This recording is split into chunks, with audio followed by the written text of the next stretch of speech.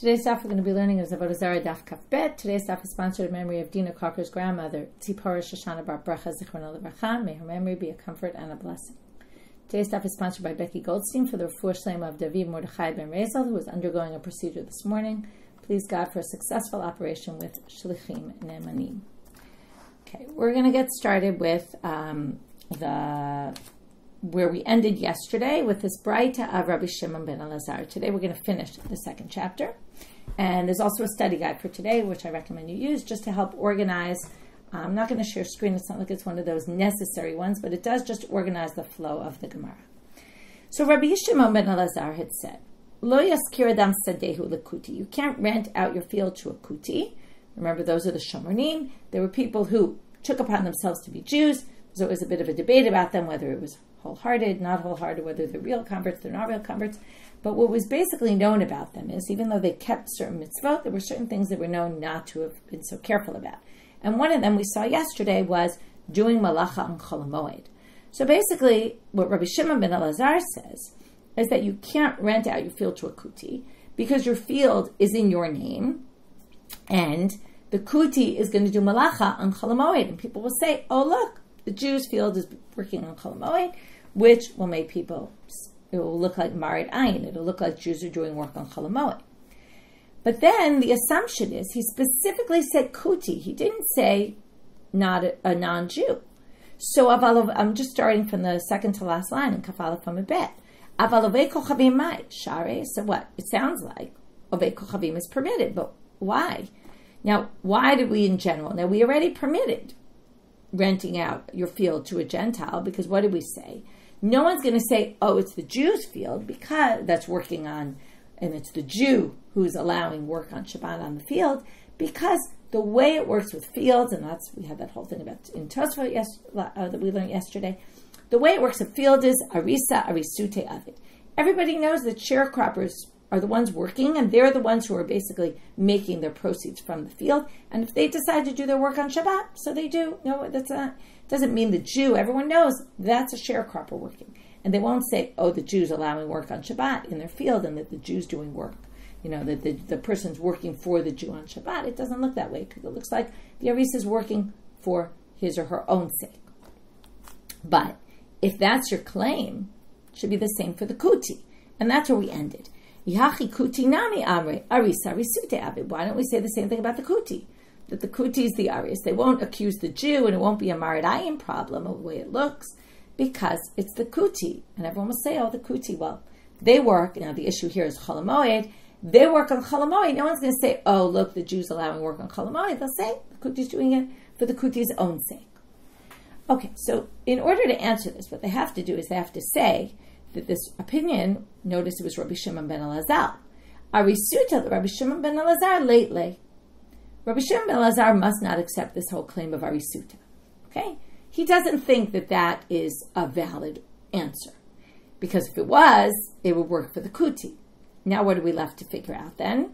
Well then why does he say only a kuti? What about the Gentile? Why are we allowed to rent out our field to a Gentile but not to a kuti? And we're going to come up with a very interesting answer. So why is it permitted? Because if you rent out your field to a Gentile, you can tell the Gentile, listen, I'll rent out my field to you. Okay, you can be a sharecropper in my field. But you have to know that if you're working in my field, you can't work on Shabbat, you can't work on Chol HaMoed, you can't work on all the holidays, you just can't work those days. And the Gentile will listen, right, for all the things we've been talking about, the Gentiles this, the Gentiles that, Here, you see that they're saying, the Gentiles will actually respect you for it. They'll say, okay, I know I'm going into this not being able to work on your field on certain days. Okay. Well, now the obvious question is, why wouldn't the kuti do that? Kuti, nami amrina levitziyet. Why? If you're going to tell the Gentile and they're going to listen, wouldn't you think the kuti will listen also? No, kuti lo tziyet, and here's a really interesting distinction. Da amar, he's not going to listen to you. Da amar, he'll say, Ana gemir not feminach. I know better than you. I know that malacha is permitted on Chol HaMoed. You think it's not? I think it is. And I disagree with you, and therefore I'm not going to not work on Chol HaMoed. Right? This is your classic, right? I know better than you, and it's your classic someone from the outside is likely going to have more respect for your religious practices than someone from the inside who disagrees with your religious practices on principle. And that's a very interesting answer that the Gemara brings. And again, all of a sudden, the Gentiles are put in a much more positive light. Now, I just want to point out, and this might help us with some of the other negative light explanations we brought on the positive. Sometimes it's not that they're all this way, and it's not they're all right. It's the Gemara is concerned for a certain percentage of people that might be like this. I mean, wait till we get to the next Mishna and we talk about how the Gentiles are suspect that they're engaging in bestiality. What percentage of the population, we have no idea. But maybe because of a small percentage, you have to worry about it. Just like all the Mishnayot about in Ketubot, in the beginning of Ketubot, about believing people or not. Will you believe them if she says, I was a virgin. He said she wasn't. Who do we believe? It's not that most people use this. Most people get married and all is fine and they don't all start suspecting each other. Oh, you weren't a virgin from before, and they lie and they this. But the system has to be concerned for a certain small percentage that might be doing this. Okay? Or, right, like here, we're saying, actually, most of them will likely listen to you. The Kutim maybe won't. So sometimes we're also just trying to answer difficulties. We have, here we have this problem. Rabbi Shimon ben Elazar, doesn't make sense. How are we going to answer it? We come up with an answer. Again, whether all these things are accurate or not, right? The Gemara, that's the way the Gemara works. They're trying to come up with explanations that could possibly fit. Doesn't mean this is true always. It doesn't mean, right? And it doesn't mean the majority. It could be just they're coming up with possible explanations. They're all exploring possibilities. So in the world of exploring possibilities, they might say things in all directions.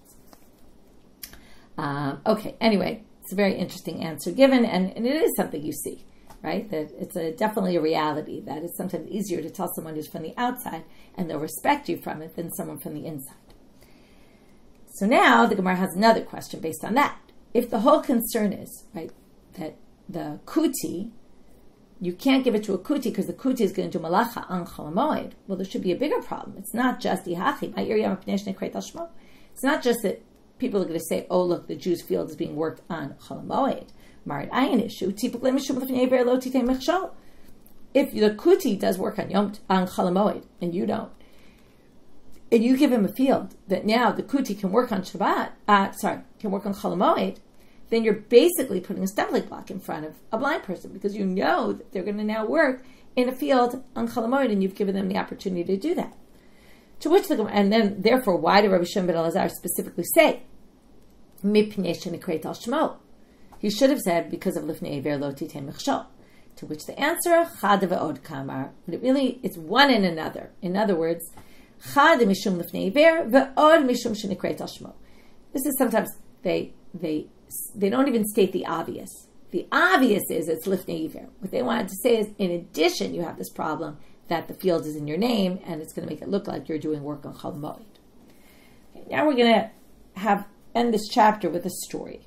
We're going to have two versions of the story, and then something that's not going to become clear from this braita we're going to bring, and a question on that. With that, we'll finish the first chapter. Hanu Morikai, there were saffron workers. This is version 1 of the story. De'ovei kochavim naki b'shabta. V'Yisrael b'cha b'shabta. So they made this arrangement that the Gentile will do the work. These were saffron workers in the field. The Gentile, they were arisim, sharecroppers. The Gentile will work on Shabbos, take the proceeds from Shabbat, and Yisrael b'cha b'shabta, and the Jew will work on Sunday. And that way, the Jew won't get any benefit from anything done on Shabbat. Atu l'kamei de Rava. So they went in front of Rava and asked, is this arrangement okay? Sharilahu, he said, no problem, you can do this. Eitive Ravina l'Rava. Ravina comes over to Rava and says, what are you talking about? Look at this braita. This braita contradicts what you're ruling. Yisrael v'ovei kochavim shekiblu sadeh b'shutafut. If a Jew and a Gentile accept a field, meaning accept to be arisim, like kablanut and arisut are usually the same, they accept to be sharecroppers in a field together. Okay, now it sounds like they accepted it, right? They accepted together to be, both on this field. Lo yomar Yisrael ovei kochavim tol kacha b'Shabbat ani b'chol. The Jew can't say to the Gentile, look, you take your portion on Shabbat, and I'll take my portion on the weekdays.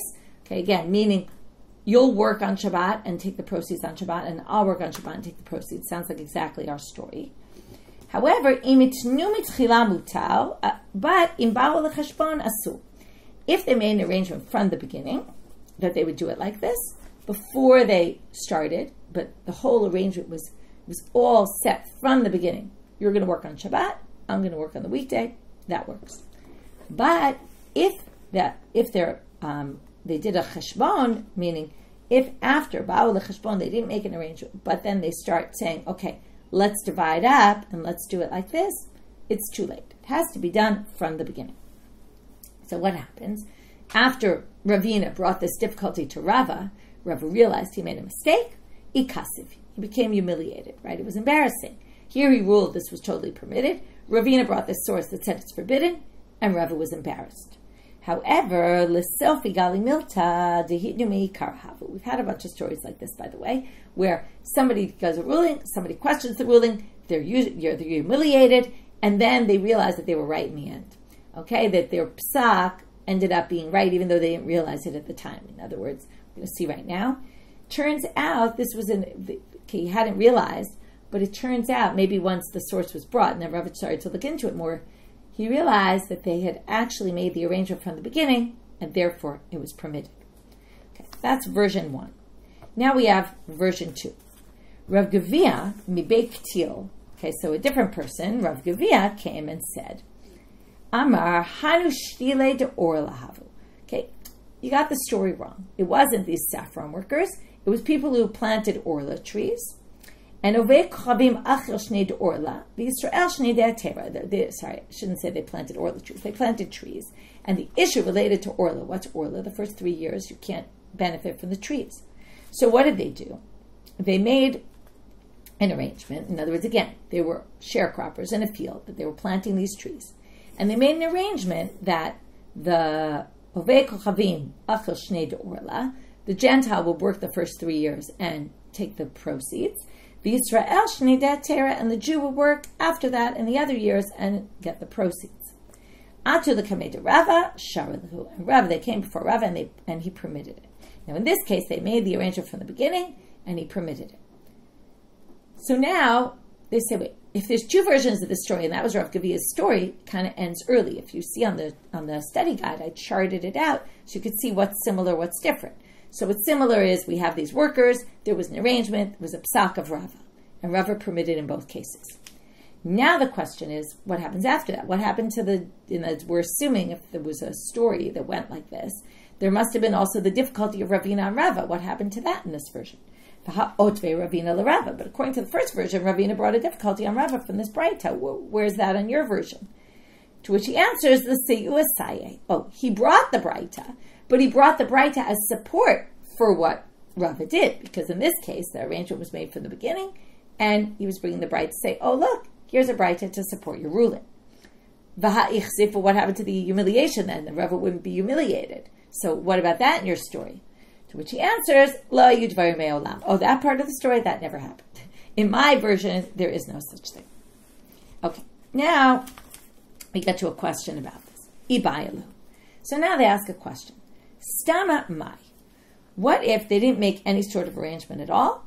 And it just sort of happened, because it makes sense that it happened, that the Jew worked during the week, during the weekdays, some of the weekdays, not on Shabbat, and the Gentile worked on Shabbat, and the Gentile took the proceeds from Shabbat, and the Jew took the proceeds from during the week. They never made an arrangement, they never talked about it. It's not like they didn't do this arrangement from the beginning. They also didn't start doing, okay, let's calculate, you get the Shabbat, I get the Sunday, what if it was just kind of in the middle? Now, if you look back at that braita, the braita said, if they made an arrangement from the beginning, it's permitted. If they did some sort of calculation after the arrangement was made and they start calculating, you do this, so you get that, and I'll get that, you can't. But what about if you just didn't say anything and you just quietly, I took my stuff, you took your stuff, we just did it like that, and sort of naturally, I would say. So now the Gemara wants to know, what's the story? Tashma. Well, let's learn it from the braita. What did it say? If they made the arrangement from the beginning, it's permitted. It sounds like if they didn't make any arrangement, it's forbidden, right? Hastama would be asul. To which the Gemara says that's not a good proof because ema seifa. The end of that line says, They specifically started calculating and dividing up. It's forbidden. Sounds like hastama mutal. This is a classic problem because they gave two extremes. They didn't give the middle position. So what if it's neither extreme? And they basically answer, you can't infer from there because from the first phrase you would infer it would be yes. From the second phrase you would infer it would be permitted. So we actually don't have a way to infer from here, and we're left with a question. And with that, we finish the first chapter. Now we're going to move on to the next chapter. The topic is a little more complicated, not in terms of content, but not in terms of the flow of the Gemara, but it's complicated in terms of it's a topic that we have trouble relating to. It's about bestiality and concerns. We've actually seen this before. Concerns that Gentiles, the pagans, were engaging in bestiality, which is hard for us to understand. The Meiri already says this doesn't happen anymore, and we don't have to now. There are rare cases where this does happen, but it's not common anymore like it was, and we don't have to worry about these issues at all. And he basically, in classic Meiri style, as we've seen before with, in general, these Ovdei Kochavim, these pagan sugyas, he basically says, these pagans are pagans, they're not Gentiles, they're not non-Jews, we don't have to relate to, right? All these halachot are no longer relevant for the most part, and the whole treatment of Gentiles, he basically says this isn't relevant anymore because they were really talking about these idol worshippers, and I've said this bunch of times because it really was striking to me. The last time we were learning this, there was a woman at our table, Annie Schiffmiller, and she is a tour guide, and she said, because we were saying, did they really do this? And she said that she was reading a book at the time about the Romans and the culture then, and she said they were steeped in these kind of behaviors. It was very common, the orgies and the bestiality. It was very common. So you have to read these sugyas with kind of different glasses on and understanding that this really was a concern. Now again, how much of the population? We still have no idea. Was it 20%? Was it 80%? There's no way to know. But even if it was 20%, you could see other rabbis wanted to be concerned for that 20%. Okay? So the Mishna says, we actually quoted this earlier. If you go to an inn at night, you can't leave your animal, put it alone in a room with a Gentile because we're worried that they're going to engage in bestiality. And what's the problem for me if my animal engages in bestiality? Well, first of all, there's an issue. I can't use it as a korban. That's a separate issue. That's not really what we're concerned about. If I want to bring that animal to sacrifice, can't bring an animal that engaged in bestiality. It's going to come up very soon. So I may as well tell you now. But the real issue here is not that, because, so I don't use my animal for a sacrifice. That's not the problem. The problem is, I'm basically causing someone to do a sin. And even though they're a Gentile, we care about Gentiles doing sins, they're b'nei Noach, they're not allowed to do this, and therefore I have to be careful not to create a situation where I might enable them to do that. And a woman shouldn't go alone into a room with one of these Gentiles because there's a concern of arayot. And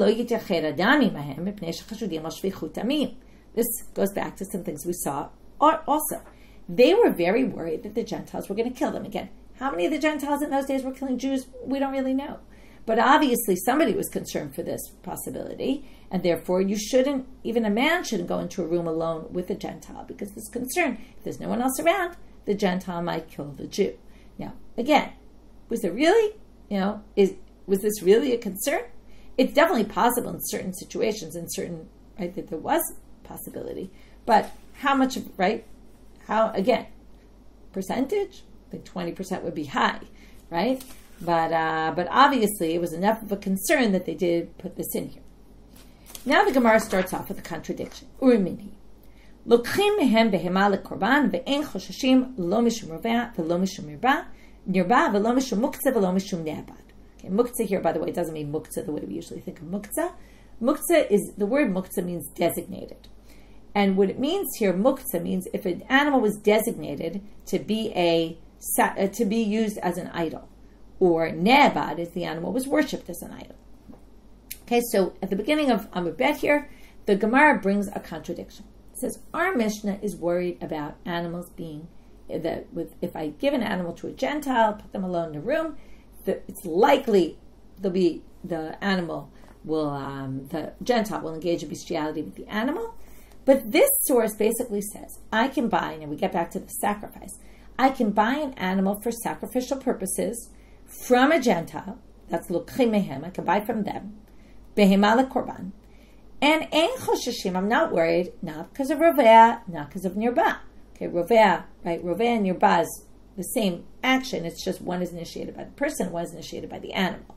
Okay, rovea is the animal engages the human in bestiality, and nirba is the human engaged the animal in bestiality. I don't have to worry, because again, an animal, these four types, rovea, nirba, muktzah, ne'abad, okay, whether it was used for idol worship purposes, makes a lot of sense, can't use that as a sacrifice, and whether it engaged in bestiality, we also can't use that as a sacrifice. So, here it says, I can buy an animal from a Gentile, and I don't have to worry about it at all. Now, then why am I not allowed to put my animal alone in an inn with a Gentile if we're not worried that their animals engage in bestiality with their animals? So, Bishlam Muktzah v'ne'avad, we get why the Muktzah and ne'avad, I understand why we can buy an animal from a Gentile and not worry about that if I'm buying it for a sacrifice, because if they worship the animal or designate the animal for worship, there's no way they would sell it to me. Okay, they wouldn't sell it to me in general. They certainly wouldn't sell it to me if I was buying it for a sacrifice to bring to my God, right? When it's their own God, there's no way they would have sold it, so I'm not worried about that. But shouldn't we be concerned for bestiality? For this, we're going to have one answer today, and the very top of tomorrow's daf Josiah. This is why one of the reasons I tried this out was to kind of to show the flow of what we're going to do in the Gemara. Because what we're going to do right now is we're going to have one answer, and then we're going to go off on that one answer, and then we're going to do today is we're going to go off on that answer. We're going to bring an answer. We're going to have two difficulties on that answer, resolve them, and then, like a bit of a slew of difficulties, but really like two main difficulties, resolve them. Then we're going to go back and ask two small questions on the Mishna.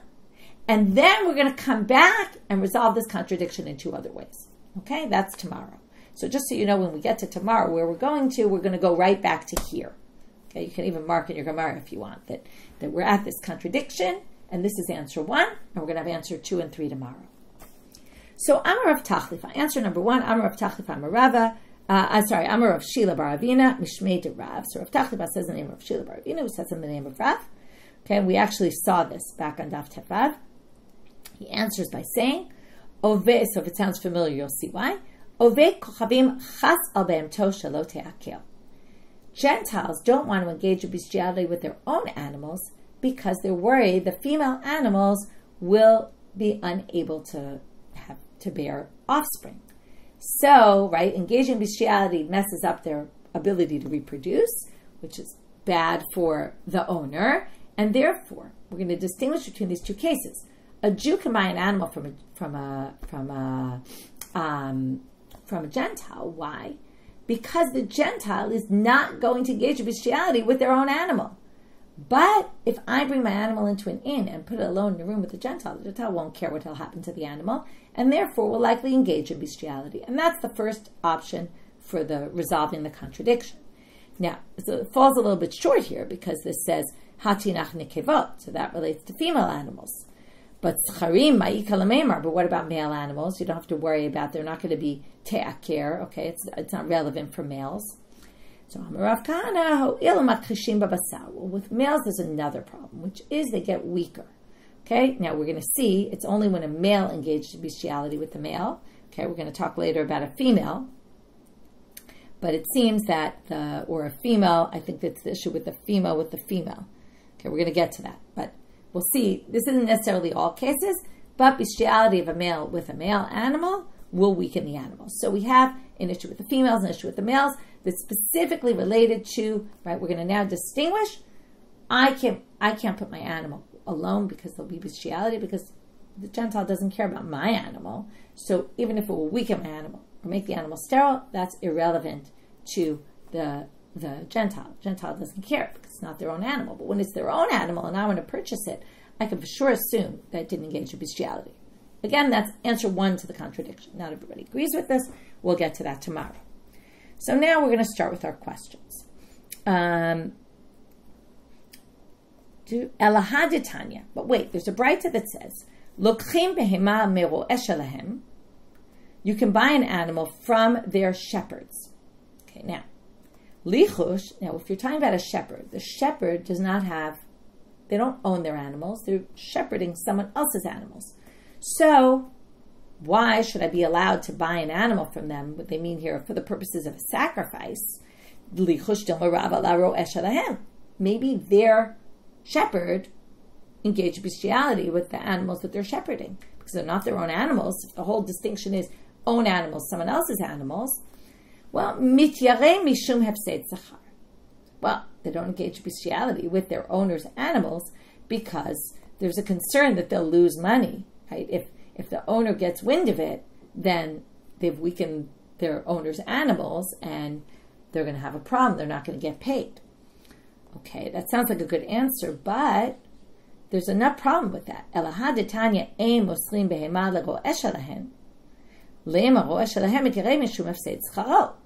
you're going to say that a shepherd is not going to engage in bestiality with someone else's animals because they're getting paid for it, why does it say in a different Tanaitic source that I can't give my animal to a pagan shepherd? Why? Because maybe they'll engage in bestiality. Same problem as our Mishna. Now, if we said that they won't get involved with their owner's animals because they'll lose money when the owner realizes that they weaken their animals or made the animals sterile because they engage in bestiality, they're going to lose their salary, well then I should be able to give my animal to them and not worry that they're going to engage in bestiality with my animals. Again, that would be a lifnei iver issue. So they answer an interesting answer. Now we have to distinguish, and again, true or not true is good to, right? We don't know if this is a perfect answer, but when the Gemara is stuck, they come up with an answer. Today, there's a lot of these. We have two different cases. One is a shepherd who shepherds Gentile animals, and one is a shepherd who shepherds Jewish animals. Okay? And we're going to basically say the shepherd who shepherds Gentile animals, we're not going to worry about it. Now, either which way, the shepherd is a Gentile. So the shepherd shepherding the Gentiles' animals is not the same as the shepherd shepherding the Jewish animals. Now, then we have to figure out why. So, inu diyade bahadade miratite. If there's a Gentile who owns animals and gives it to a shepherd, now they know, because they're also Gentile, and they know they're, let's call them pagan, they're pagans and they're pagan, right? Then the shepherd is pagan. Well, again, in the society where this was common, or at least, again, we don't know what percentage, but there was somewhat a certain percentage that would engage in this. So, because they know them from the inside, they know that there's a likelihood they're going to engage in bestiality, or at least a possibility. And therefore, the shepherd knows that the owner knows that this might happen, and the shepherd has to be extra careful because he's worried he's going to get caught. But Anan de lo yadinam behu. But we don't really know, or at least they think we don't know. Okay, we do know because we're in the Gemara and we know.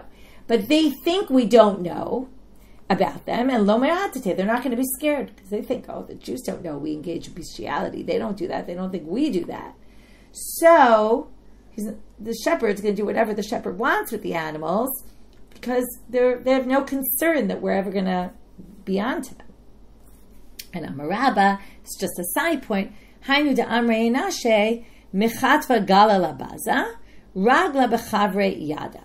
Okay, so what does this mean? I forgot exactly the translation, but it's a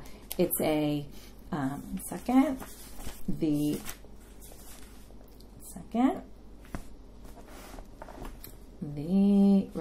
cheret korea v'roshem b'shayish, right? The person who here, sorry, you're helping me out here, but I don't see it anymore. Sec. English. I lost it. Where's the note? Okay. So the person who the letter knows it's the stylus and knows it's how it works, and ragla b'chavre yada, the one who the what do you call it, the rachil, the one who goes around talking about other people, knows their friends. In other words, what this is saying basically is that people know what they're close to. Okay, everybody knows things that they're close with, and therefore, here, okay, now thank you for your English translation. I'm having trouble finding that. As the stylist scores the marble, the gossipers recognize each other. Thank you. Missing that good translation. Okay, so that's how basically the stylist is very close and it's engraved in there. That's how the gossipers know their friends.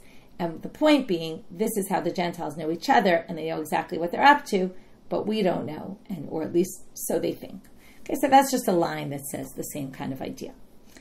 Okay, but now we're back to question on this answer that Rav Tachlifa brought. So the first question was this whole issue of, what about this other source? If the whole thing is somebody else, well, we resolve that, okay? Somebody might engage in bestiality with someone else's animals, but there might be animals they don't, right? And that depends on whether they're shepherding Jewish animals or Gentile animals and whether they're going to be cautious or not, depending on the situation. Now they ask another question. So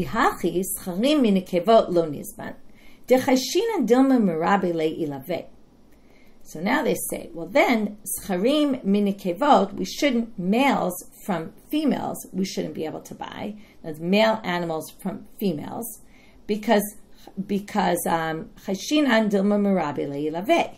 Why aren't we worried about, one second, let me just make sure I have this right. Right, we shouldn't be able to buy male animals from females, because again, there's a concern that the females engage in bestiality. Now, why is there a concern the females engage in bestiality? Didn't we just say that the owner wouldn't do that to their own animals? So now this goes to what I was trying to say before, which is females who engage in bestiality with animals, male animals, do not cause them to become weaker. It's only the males with the males, but not females with male animals. That doesn't cause them to weaken. So if the concern was, with a female animal, the animal will be sterile. With a male animal, the animal will become weaker. That's only a man. But a female, it's not relevant for. So theoretically, according to this, right, we shouldn't be able to buy male animals from females because there might be a concern they engage in bestiality.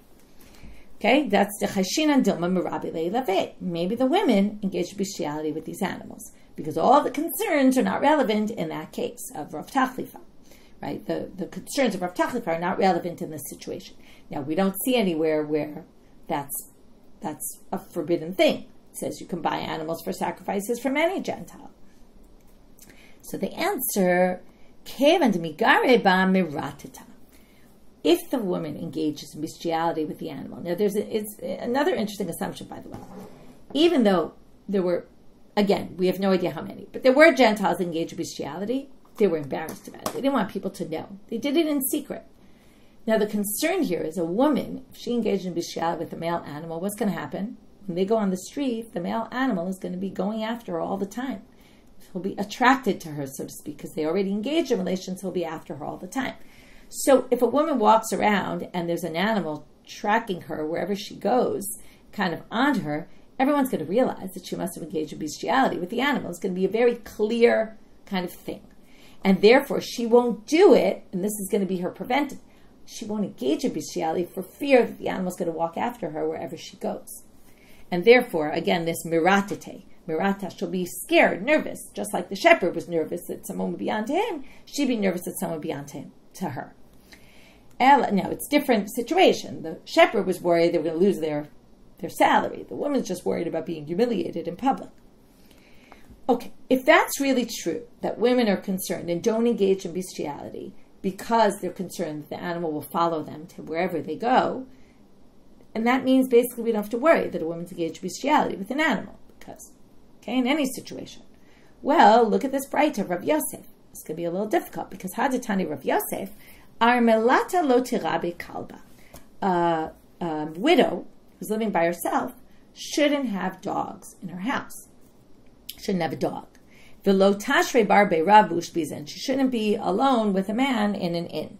Okay, it's not appropriate. She's a widow with a married with a man, with a Talmid Chacham, because we're worried something might happen.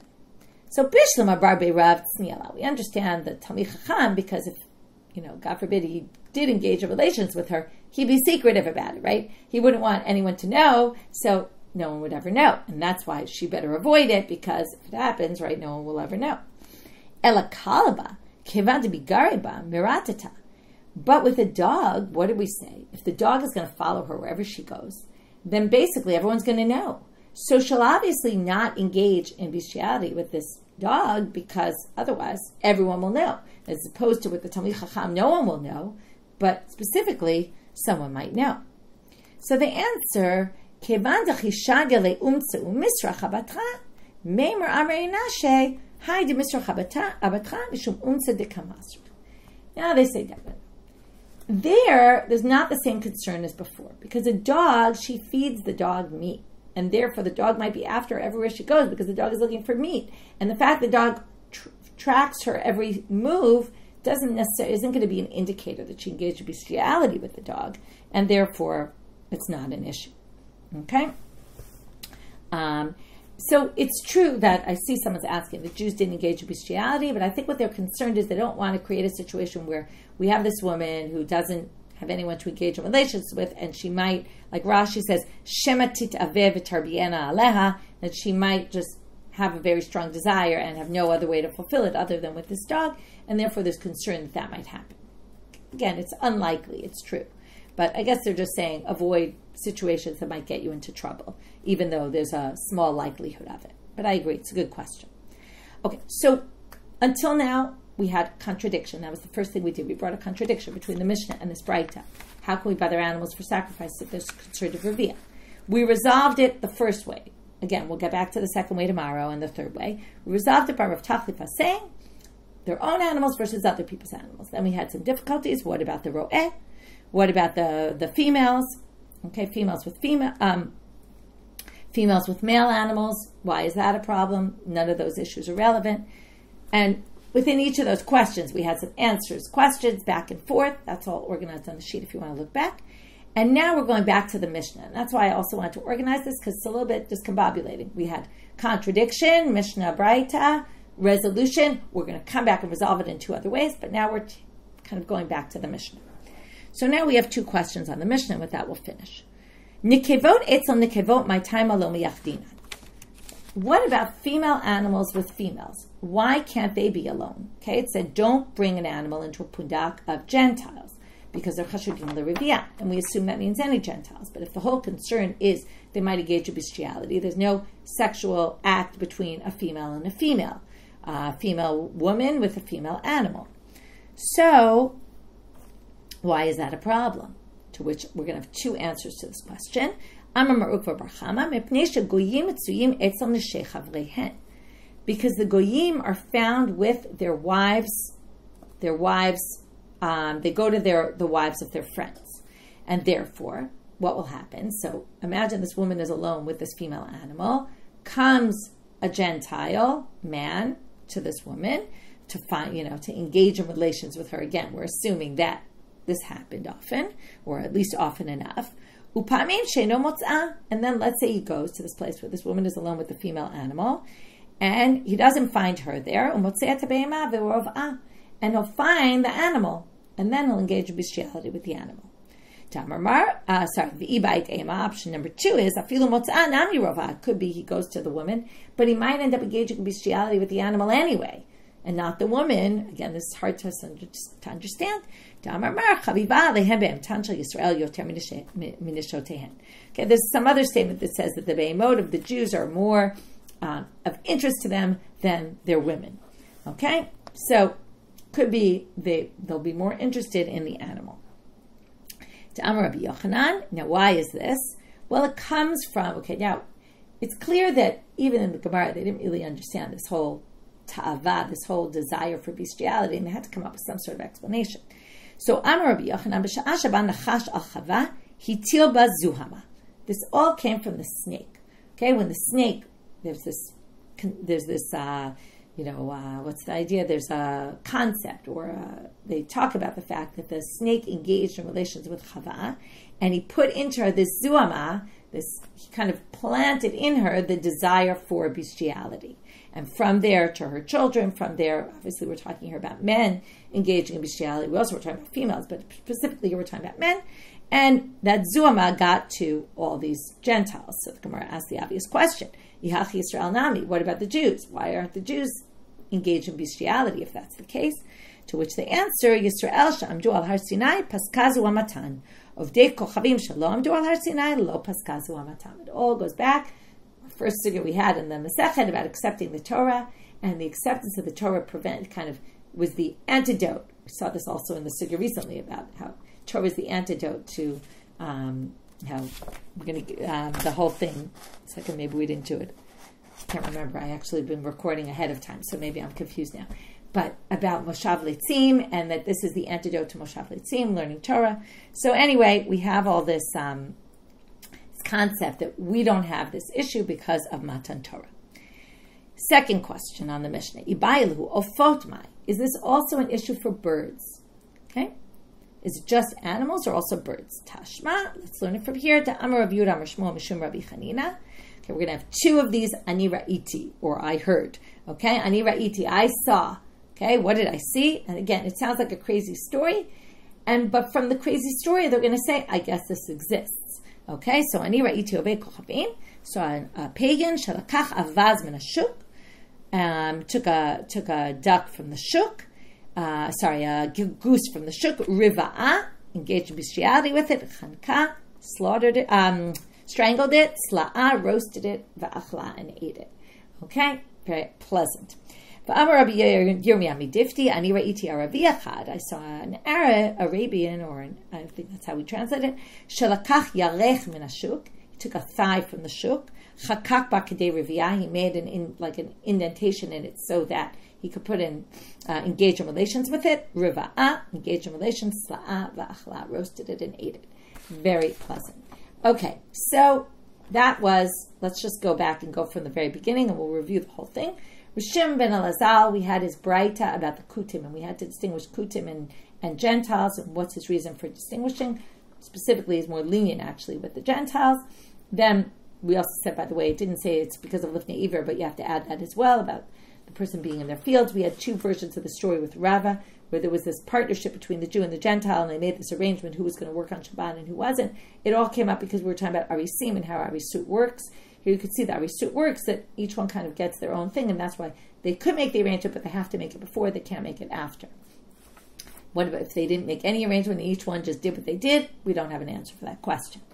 Then we went to this idea about not putting your animal alone with the Gentile in a room, plus also we had the yichud of the woman with the Gentile, and the third concern about the Gentiles actually killing people, and don't do yichud man with man because you might get murdered.